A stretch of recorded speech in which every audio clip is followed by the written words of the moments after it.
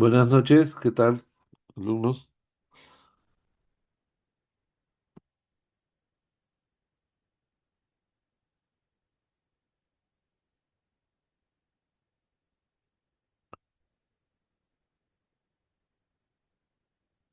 Voy a empezar a compartir.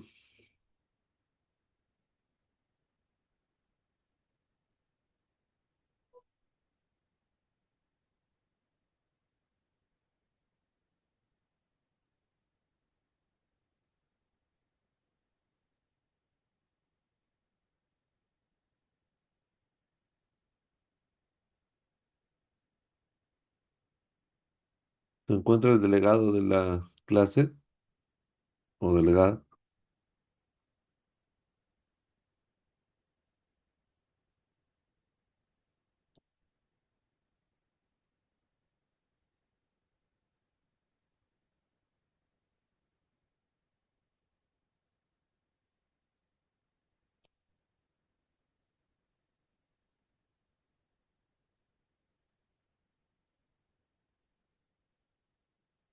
¿Me escuchan? Sí, sí, lo escucho, doctor. Ya, ¿qué tal? Buenas noches. A ver, soy el doctor Manuel Flores, soy ginecólogo obstetra del Hospital San Bartolomé. Voy a presentarles esta clase que es sobre la morfología y la fisiología placentaria. ¿Ya? Bueno, muchos de ustedes ya empezaron la, la parte práctica en sus respectivas sedes. De repente ya han visto ya algún parto, han visto de forma ya cercana lo que es una placenta. Vamos a dar algunos alcances sobre eso al respecto.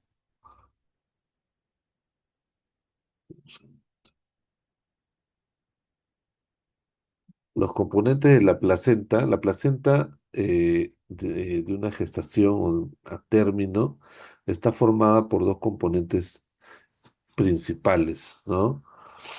Lo que es el componente fetal y el componente materno, perdón, ya. El componente fetal y el componente materno. El componente fetal va a corresponder a lo que es el corion frondoso, lo que implica la placa coriónica, las vellosidades, cordón umbilical y amnios que va a recubrir toda la cara fetal de la placenta. En la imagen se ve acá en la parte superior. En cambio, el componente materno, la decidua basal, es la porción del endometrio materno que queda en contacto directo con el trofoblasto, ¿no? Es donde se ve acá en la imagen la zona de los cotiledones. La cara materna es una superficie irregular que va entre aproximadamente 20 cotiledones que están separados por surcos, tabiques, y está cubierta por la decidua basal. En la cara fetal, la superficie es lisa, está cubierta por la placa coriónica, los vasos umbilicales convergen hacia el cordón recubierto por el amnios, ¿no? Básicamente, pues, como en la imagen, la cara fetal está todos los vasos. Hay patologías que pueden ser, por ejemplo, la vasa previa, donde hay un desprendimiento normal de los vasos. Eh, Generalmente un parto, la placenta debe salir, no debería salir por la cara materna, ¿no? Debería salir por la cara fetal, es decir, en presentación Schultz y no Dunc, ¿ya? Eso lo van a ver probablemente cuando asistan a algún parto.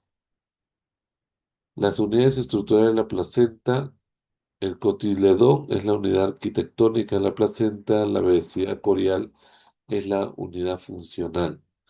Como les mencioné, tiene aproximadamente unos 20 cotiledones por placenta y cada uno agrupa múltiples vellosidades coriales separados por tabiques del adhesivo. En cuanto a las vellosidades coriales, conformada por el sinsitio trofoblasto el citotrofoblasto y el estroma, ¿no? El citotrofoblasto va a ser la capa más externa que está en contacto con la sangre materna, microvellosidades y actividad funcional. El citotrofoblasto es el estrato de Langhans, capa unicelular cuboidea, y el estroma es el tejido conectivo y los vasos capilares. En cuanto a la cara fetal, como le mencioné, está cubierta por una placa coriónica. Los vasos coriónicos van a converger en el cordón umbilical. La inserción del cordón generalmente es excéntrica, no necesariamente va a estar en el punto medio del centro de la placenta, ¿no? De la torta placentaria. Está de forma excéntrica, a veces puede estar en el borde inclusive, ¿ya? En cuanto a la cara materna, la cantidad de cotiledones de 20 aproximadamente, se evidencian los surcos que están formados por tabiques residuales y la zona de retiro de decidua basal claramente visible.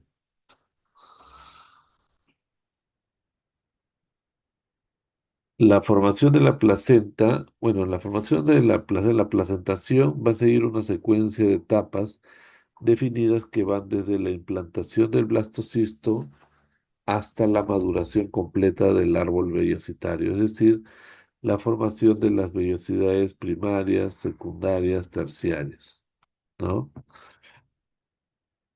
Por ejemplo, lo más importante en el día 5, la mórula va a blastocistos, de polarización celular, el trofoblasto externo y la masa celular interna. En el día 6 sucede la implantación en la decidua, acceso a sustratos maternos. En el día 13, el trofoblasto erosiona la decidua, sucede la formación de espacios lacunares precursores del espacio intervelloso. O sea, va a haber un cambio progresivo en la formación de las vellosidades coriales. El blastocisto, dentro del blastocisto, su estructura y destino celular.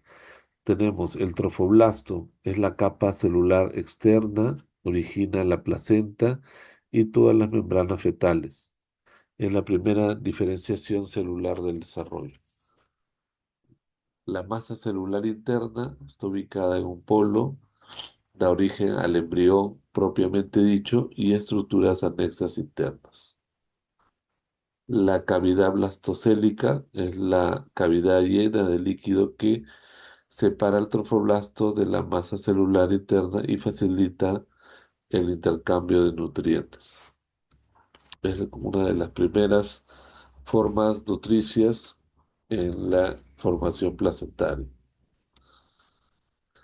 En cuanto a la semana 2, se va a suceder que al final de esta semana el embrión bilaminar está completamente rodeado por la capa del sincitio trofoblasto. Se van a observar lagunas trofoblásticas que están llenas de sangre que van a constituir el precursor del espacio intervelloso. En este sincitio trofoblasto se va a erosionar activamente la decidua y va a formar los espacios lacunares al fusionar los vasos maternos. El sitio trofoblasto es la capa proliferativa interna frecuente en las nuevas células para el sincitio en expansión.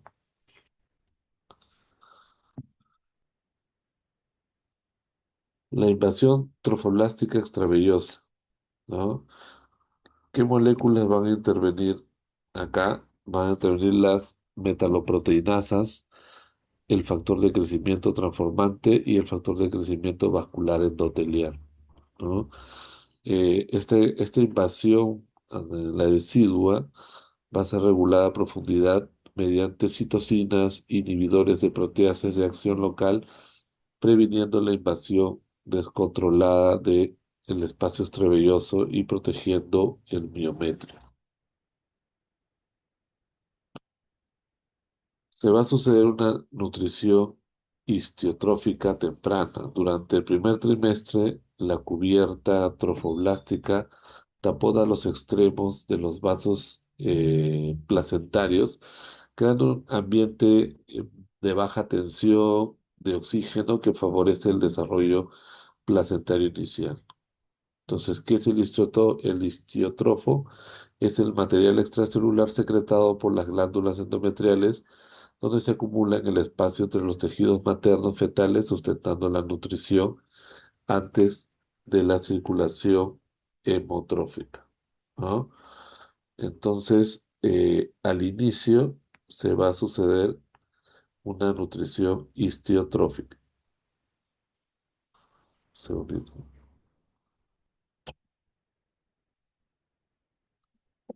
Eh, Esta hipoxia temprana es fisiológica y tiene un beneficio que va a proteger al embrión, ¿no? de un estrés oxidativo durante la organogénesis. Se va a suceder también una remodelación de las arterias espirales. Esta invasión endovascular va a transformar las arterias espirales en vasos de baja resistencia, ¿ya? Y alta capa, garantizando un flujo adecuado al espacio intervelloso a partir del segundo trimestre. Es decir, las arterias espirales tienen una alta resistencia, va a haber una vasoconstricción dependiente del músculo liso. En la invasión endovascular del espacio extravelloso va a ser reemplazado va a haber un reemplazo del endotelio y músculo liso por citotrofoblasto extravelloso y va a suceder una remodelación. Va a cambiar a baja resistencia, flujo continuo al espacio intervelloso. En el desarrollo de las vellosidades coriales, las vellosidades primarias que van a partir de la semana 2 post-fecundación, pero se van a dar las proyecciones del citotrofoblasto con un núcleo de citotrofoblasto hacia el espacio lacunar. En las vellosidades secundarias, esto va a adquirir un núcleo interno del mesodermo embrionario, convirtiéndose en estructuras tridimensionales más complejas, ¿no? Y las vellosidades terciarias que se van a dar en la semana 3, el mesodermo se va a diferenciar en vasos sanguíneos que se conectan a la vasculatura del cordón umbilical.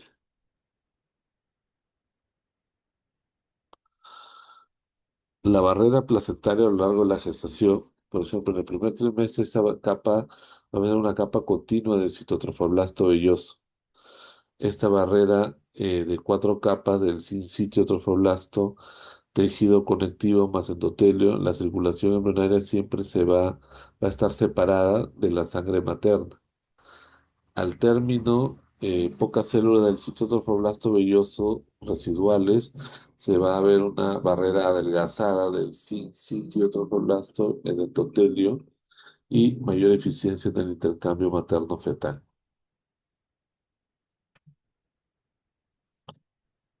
El citoplasma a término más o menos tiene, si ven, hay bastante superficie de vasos, calculando más o menos algunos 14 metros cuadrados de toda el sistema de vasos sanguíneos del citoplasma disponible para el intercambio.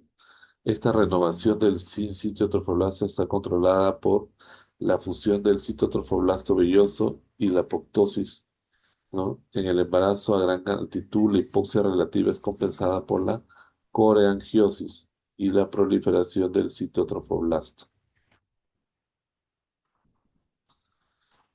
El desarrollo vascular placentario se va a dar una vasculogénesis, una angiogénesis ramificada y una angiogénesis no ramificada.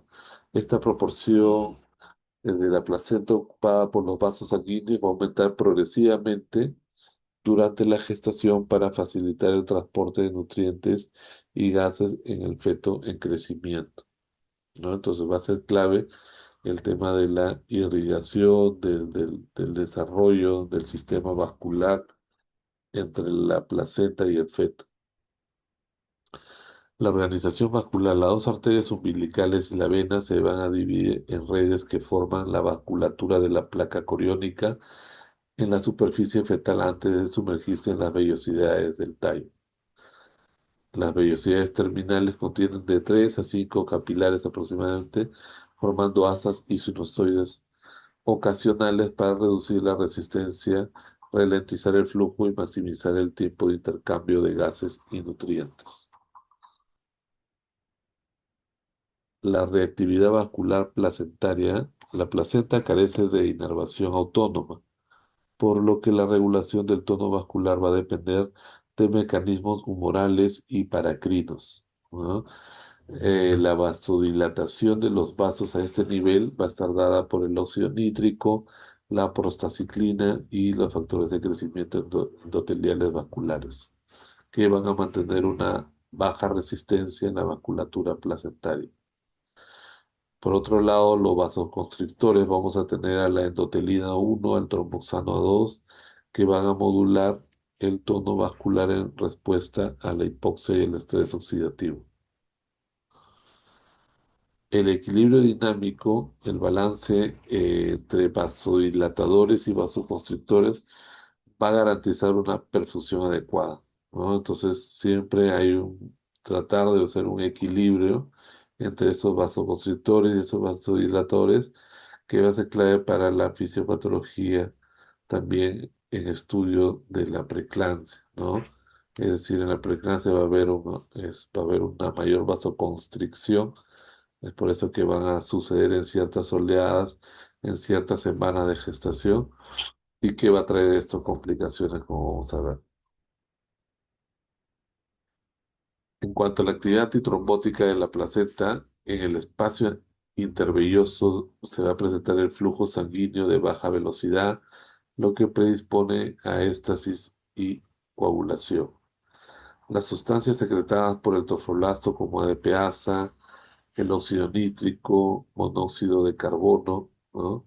Que cada uno va a tener su función. Por ejemplo, el monóxido de carbono va a generar también vasodilatación y antigradación plaquetaria. La anexina 5, proteína anticoagulante de la superficie del trofoblasto velloso. Los anticuerpos antifosfolipídicos van a antagonizar su acción favoreciendo la coagulación y la pérdida de gestaciones recurrentes. Es decir, va a haber patologías donde se va a evidenciar alteraciones en el tema de la coagulación, y esto va a traer consigo pues pacientes que pierdan constantemente su gestación, atribuyéndose probablemente a síndromes antifosfolipídicos, coagulopatías, ¿no? Sin embargo, esto se puede ir manejando ya con aspirina, enoxaparina, en la fase inicial de la gestación. En cuanto a la liberación de micropartículas y exomas, esos exosomas placentarios, las vesículas extracelulares son de entre 40 y 120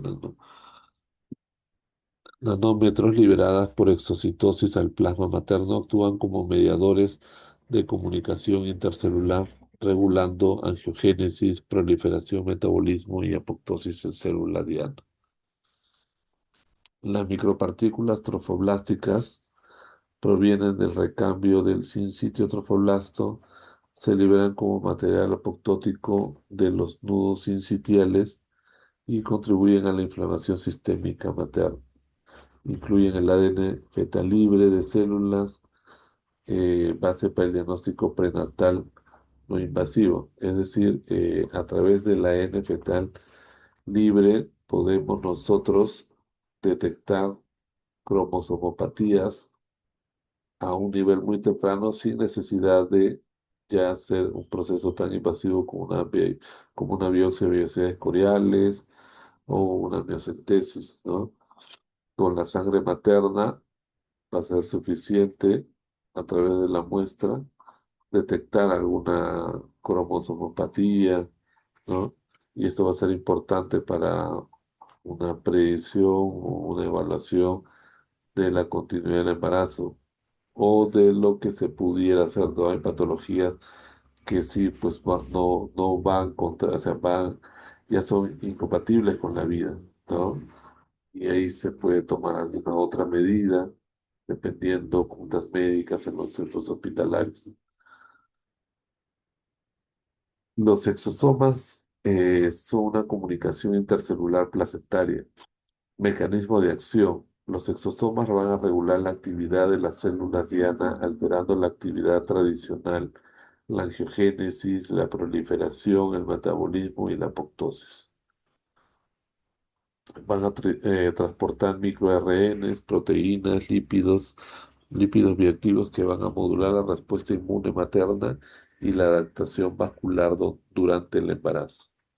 Tiene relevancia clínica como biomarcador de preeclampsia, parto pretérmino y restricción del crecimiento fetal.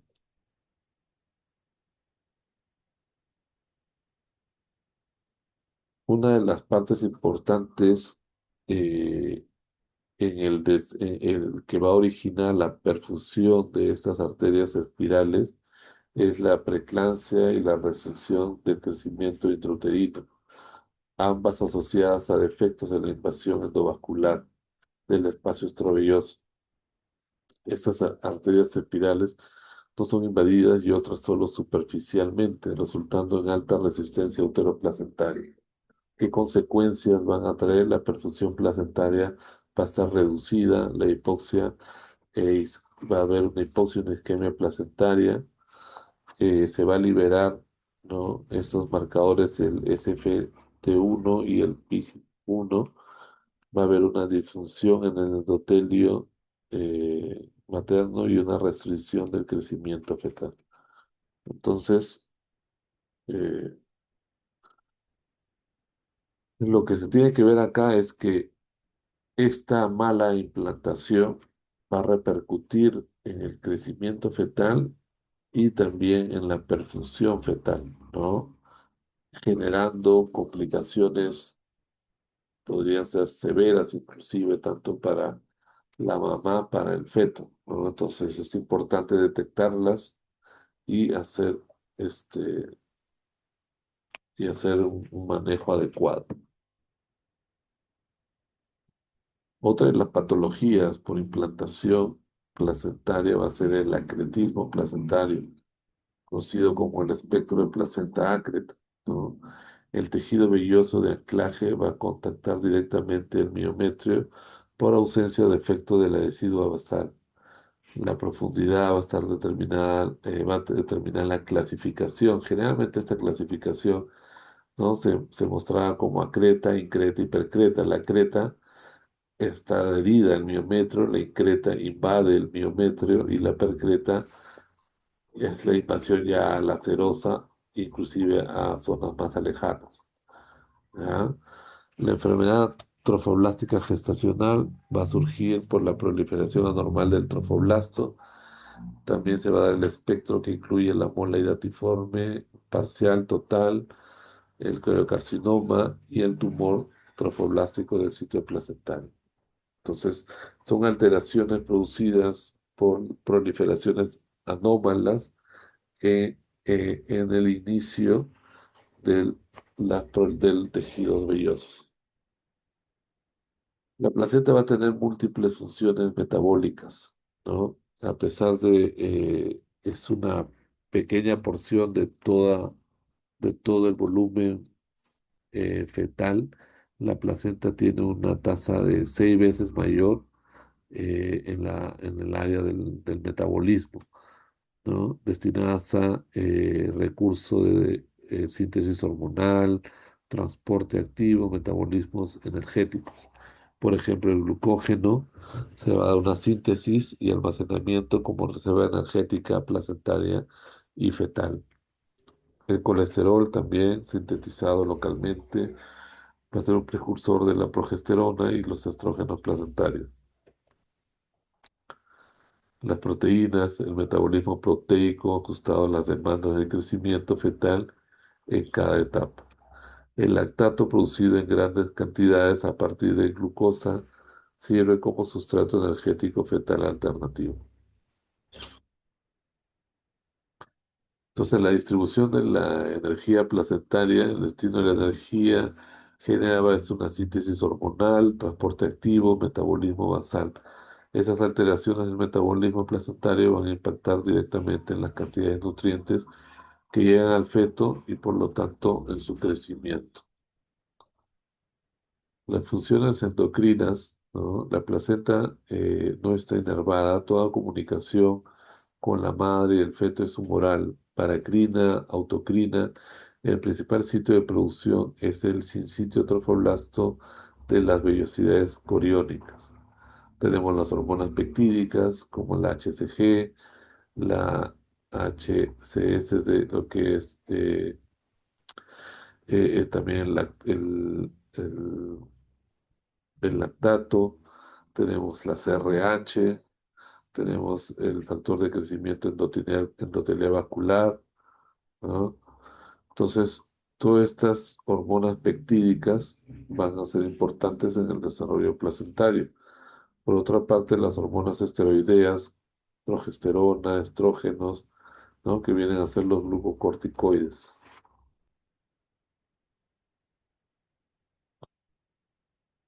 La gonadotropina coriónica humana es secretada por el sinsitio trofoblasto. Detectarlo en suelo materno desde el día 8 postconcepción. Tiene un pico máximo entre la semana 8 y 10 y va a tener una caída drástica a partir de la semana 3. ¿Cuál es su función principal? Va a mantener la actividad endocrina del cuerpo lúteo, sosteniendo la producción de progesterona durante el primer trimestre hasta que la placenta asume esta función de transición lúteo-placentaria. Va a ser las pruebas de embarazo y el marcador diagnóstico prenatal de aneuploidías. Regulación del crecimiento fetal, la somatotropina coriónica humana. Acción principal, aumentar el aporte de glucosa al feto, disminuyendo la utilización materna y movilizando ácidos grasos maternos. Crea resistencia insulínica leve y aumenta la secreción de insulina materna, asegurando un sustrato energético fetal continuo. En cuanto a factores de crecimiento similares a la insulina, es un regulador complejo del crecimiento fetal y postnatal. Actúan a nivel placentario y fetal, promueven la captación de nutrientes, la proliferación celular y la diferenciación de los tejidos. La CRH placentaria va a ser importante. Es un péptido de 162 aminoácidos. Sus niveles aumentan exponencialmente durante el tercer trimestre. Va a implicar lo que son los glucocorticoides, estimulan su expresión. En cuanto también la progesterona y los estrógenos van a inhibir su producción. La función clave es llamada el reloj placentario porque determina la duración de la gestación. En circulación fetal impulsa la producción del cortisol, promueve la maduración pulmonar fetal y producción del surfactante. Esto va a ser importante porque se genera una maduración no solamente a nivel pulmonar, sino a nivel sistémico, ¿no? Es decir, de los órganos del feto va a haber una maduración. Es por eso que en gestantes de menos de 34 semanas hay bastante riesgo al nacimiento porque no tiene una maduración pulmonar, una maduración sistémica adecuada. Se le brinda esta maduración a través de glucocorticoides, ¿no? En gestantes menores de 34 semanas. Por ejemplo, ¿cuál es el que más comúnmente usamos? Es la betametasona, ¿no? También en otros centros utilizan la dexametasona. Entonces, esto va a ser importante para el desarrollo sistémico del bebé. Ahora, solamente se indica y se recomienda que sea hasta pacientes solo que son menores de 34 semanas. Aquellos de mayores de 34 semanas no es recomendable el uso de corticoides. La progesterona como soporte del embarazo en la semana 1 al 8 es producida por el cuerpo lúteo, estimulado por la placenta, por la HCG placentaria. En la semana 8 a 10 hay una transición lútero-placentaria gradual En la semana 10 la placenta asume la producción completa independiente de progesterona. Entonces, ¿cuál es su función? Va a mantener el útero inactivo y no contráctil. Esto va a ser importante porque en casos de pacientes con amenaza de aborto, pacientes que están sometidas a un FIB, ¿no? O pacientes generalmente en gestación iniciales, puede ser factible el uso de progesterona, ¿no? Precisamente por esta inactividad y baja contractibilidad de las fibras uterinas, es lo que podemos encontrar un beneficio en pacientes con amenaza de aborto, pacientes con hematomas perisaculares, ¿no? Las acciones antiinflamatorias inmunosupresoras de la progesterona van a proteger el feto del rechazo inmunológico materno, estimula el desarrollo de las glándulas endometriales y promueve el desarrollo de las glándulas mamarias. Los estrógenos placentarios son secretados por el cuerpo lúteo, la corteza suprarrenal y placenta. La HCG estimula la síntesis de estrógeno en la placenta. En el sitio trofoblasta se producen estrógenos en grandes cantidades. Las glándulas suprarrenales fetales secretan dihidroepiandrosterona convertido a estrógenos en la placenta. La aromatasa placentaria es sensible al oxígeno. Esto implica la baja concentración de estrógenos observada en pacientes con insuficiencia placentaria, siendo un marcador indirecto de la función útero-placentaria, ¿no? Los principales estrógenos son el estriol y el estradiol. Como le mencioné, los glucocorticoides son un papel crucial en la maduración y desarrollo de los órganos fetales, no solamente en la parte pulmonar, sino a nivel sistémico, ¿no?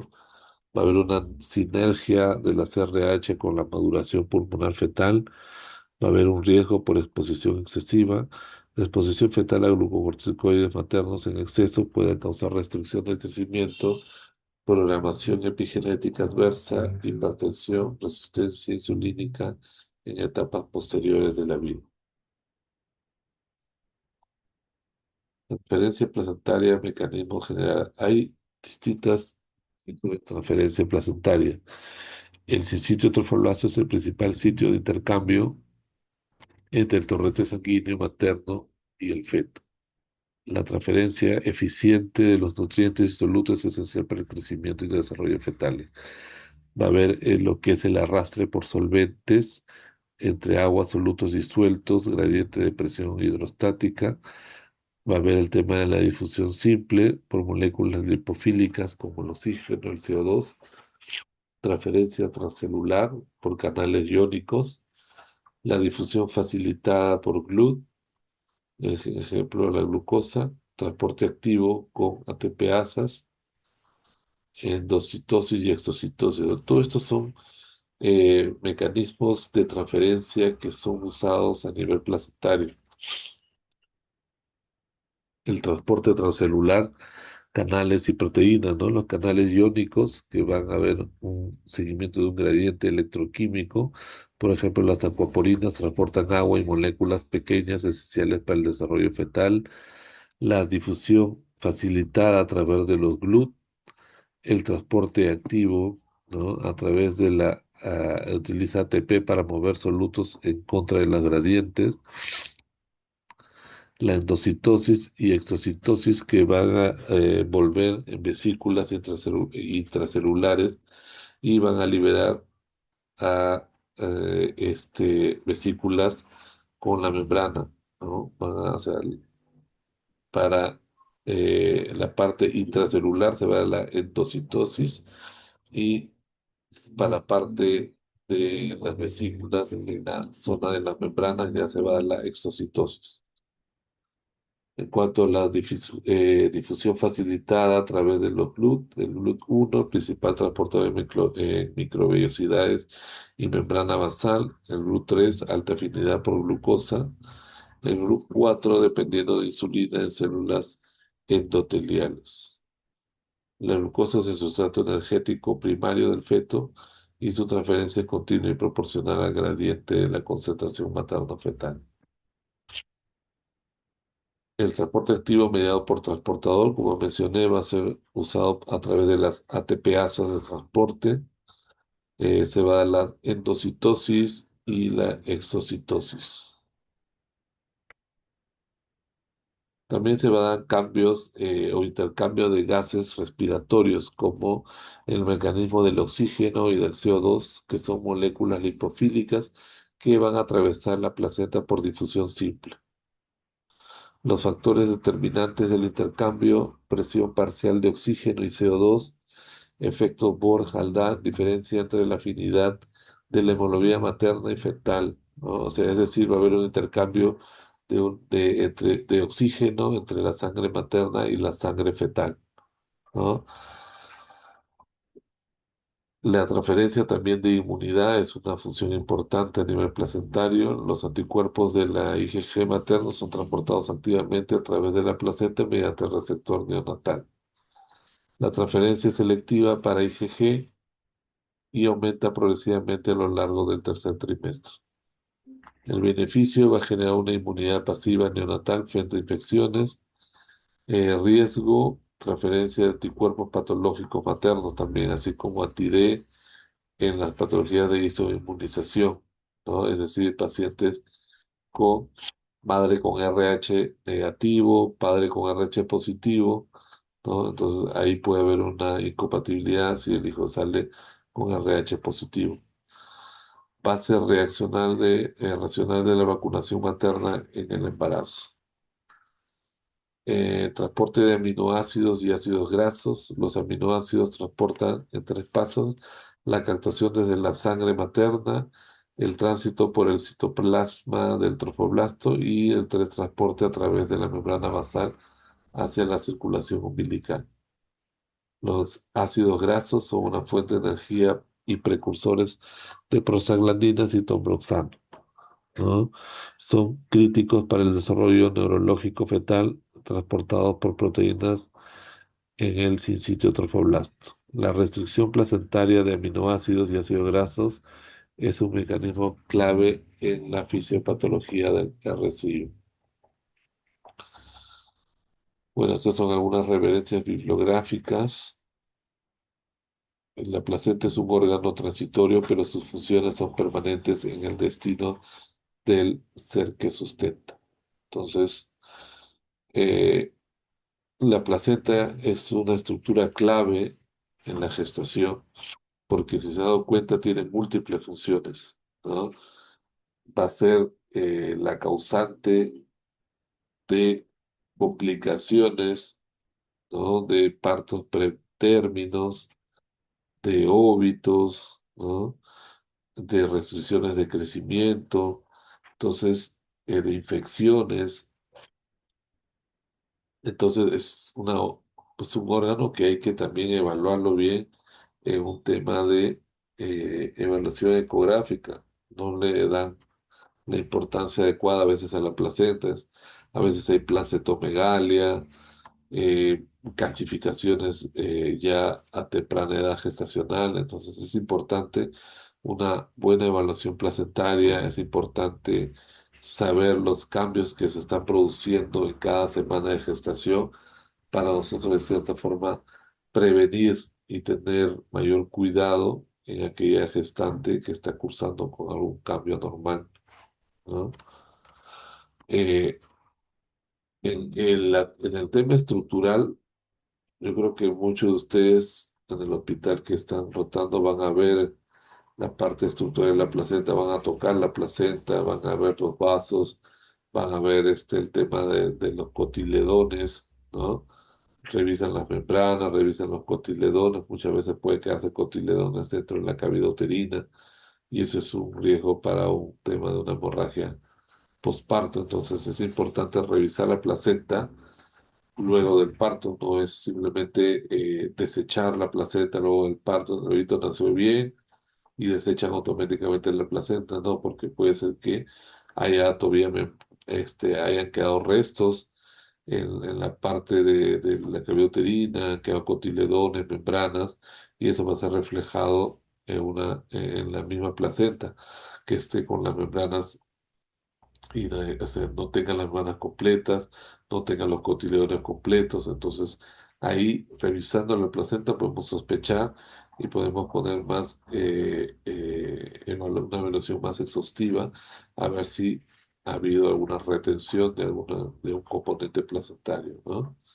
Entonces, es importante una evaluación íntegra de la placenta luego del parto. Bueno, chicos, espero que verlos en algún momento por el hospital donde trabajo para que podamos ahí ver la placenta o bueno, puedan ver la placenta en sus rotaciones respectivas. Gracias por su atención.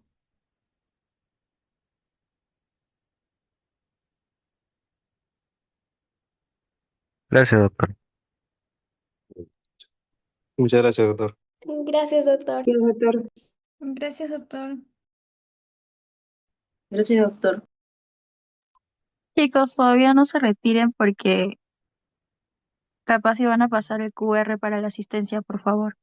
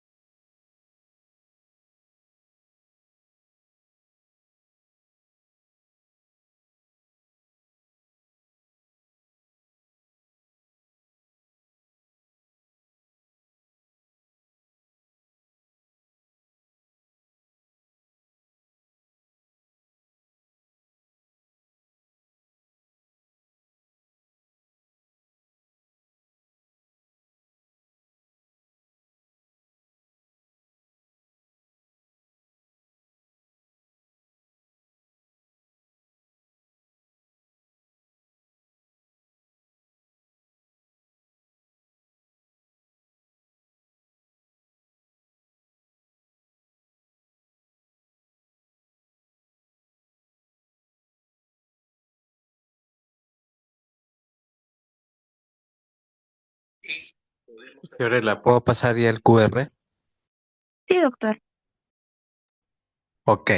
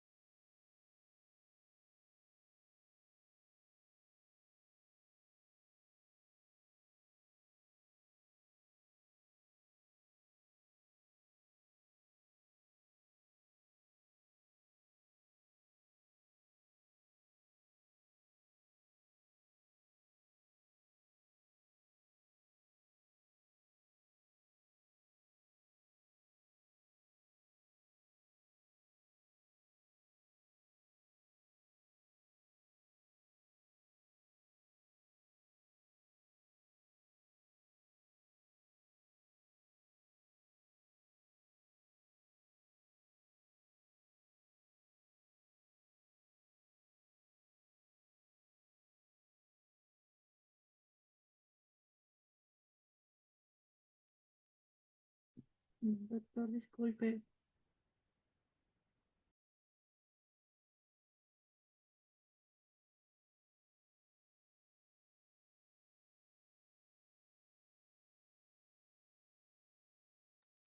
Disculpe, Doctor, doctor Herrera. Doctor, disculpe, el QR que acaba de mandar sale del día lunes, no del día jueves.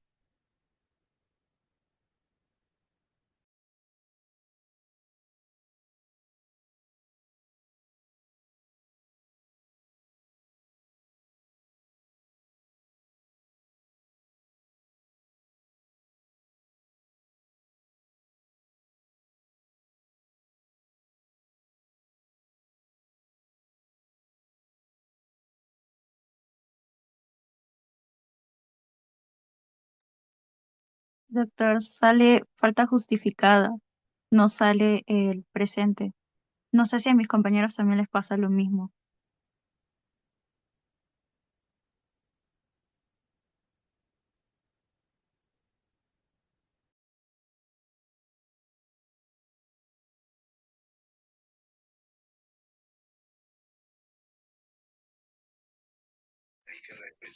Fiorella, he entrado a la clase 2 y he entrado a asistencia y he puesto el QR. ¿Me escuchas? Sí, sí la escucho. Lo que pasa es que usted puso el QR y al Ya. momento de, bueno, de ingresar sale eh, el día de hoy, jueves 6 de agosto, pero falta justificada. ¿Sí? ¿A todos o a...? No, a la mayoría. En cambio, o sea, el primer QR que usted pasó era de la fecha, o bueno, de la clase del lunes, pero Ya. esta última que acaba de mostrar es de la Ya. clase de hoy, ¿no? Pero sale falta justificada. A ver, voy a ingresar nuevamente, ¿ya? ¿Sí? Ok, Y me por favor. avisas. Me Ok, avisas, por favor. gracias. Sí.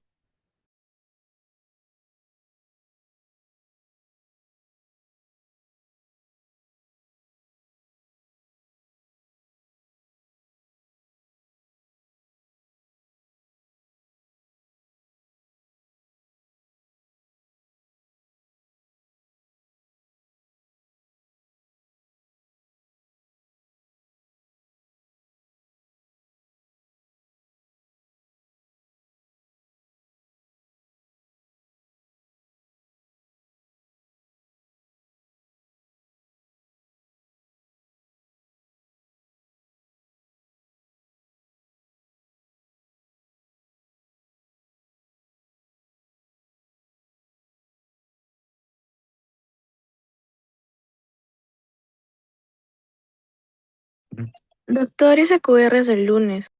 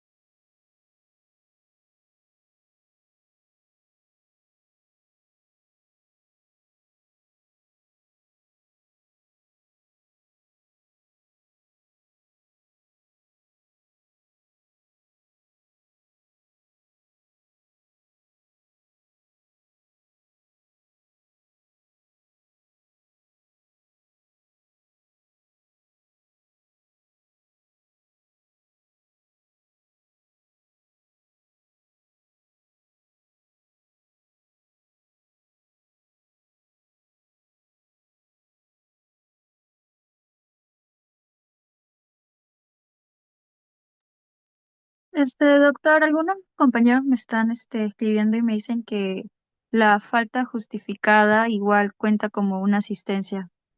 Así que supongo que debe ser problema de virtualización.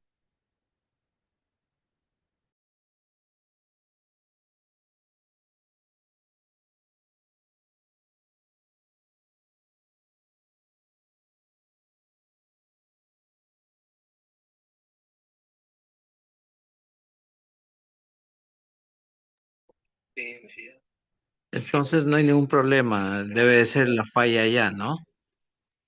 Sí, supongo, doctor, porque creo que eso pasó en salud pública y bueno, creo que ya por ejemplo, el caso del doctor Garay aceptó, así que supongo que aplicará aquí lo mismo. Por favor, puedes mandármelo, Fiorella, por WhatsApp. Esa incidencia para poder yo mañana hablar con la ingeniera, pues, ¿no? Porque están exigiendo la, las asistencias. Creo que me enviaste Sí, un una Excel. asistencia. Sí, ¿no? Sí, ¿Puedes sí. hacerlo para presentarlo mañana? La incidencia sí se lo puede enviar ahorita mismo. Sí. ¿Ya? O sea, Ya, todo no lo he se hecho preocupe. tal y conforme, sino que sale eso, ¿no? Ajá, así es. Ahorita le Ya. envío la imagen. Sí, para poder presentarlo ahí con la ingeniero, ¿ya? Ok, no se preocupe.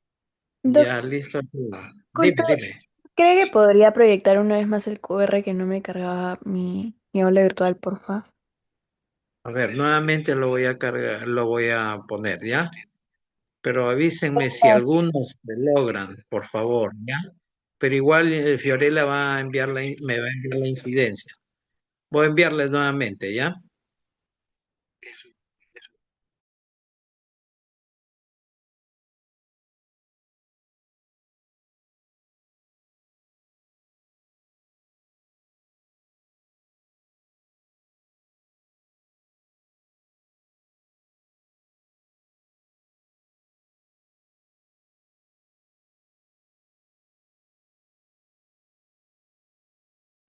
Doctor, buenas noches. Disculpe, yo no puedo marcar mi asistencia porque aún no me han activado el aula virtual.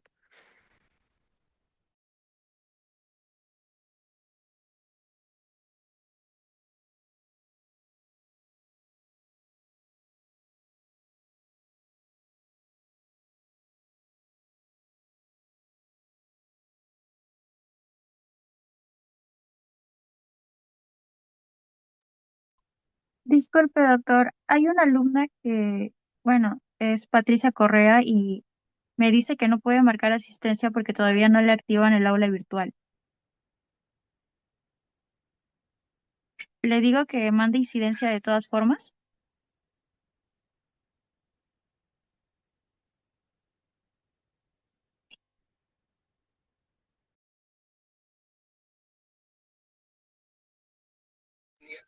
Sí, por favor, todas las incidencias que te la envíen a ti, Fiorella, y tú me se envías para poder apoyarlo de esa manera con la asistencia cuando baje donde la ingeniera.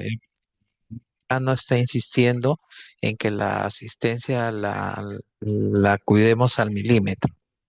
¿Ya? Ya, Ya, doctor. Fiorella. Entonces, por favor, envíame las incidencias de algunos compañeros que no han podido ingresar por motivos X, ¿no? Y para poder apoyarlos de esa manera, ¿no? Ok, doctor. Ya. Entonces, ¿salimos de una vez? Sí, Ok, buenas gracias. noches a todos entonces.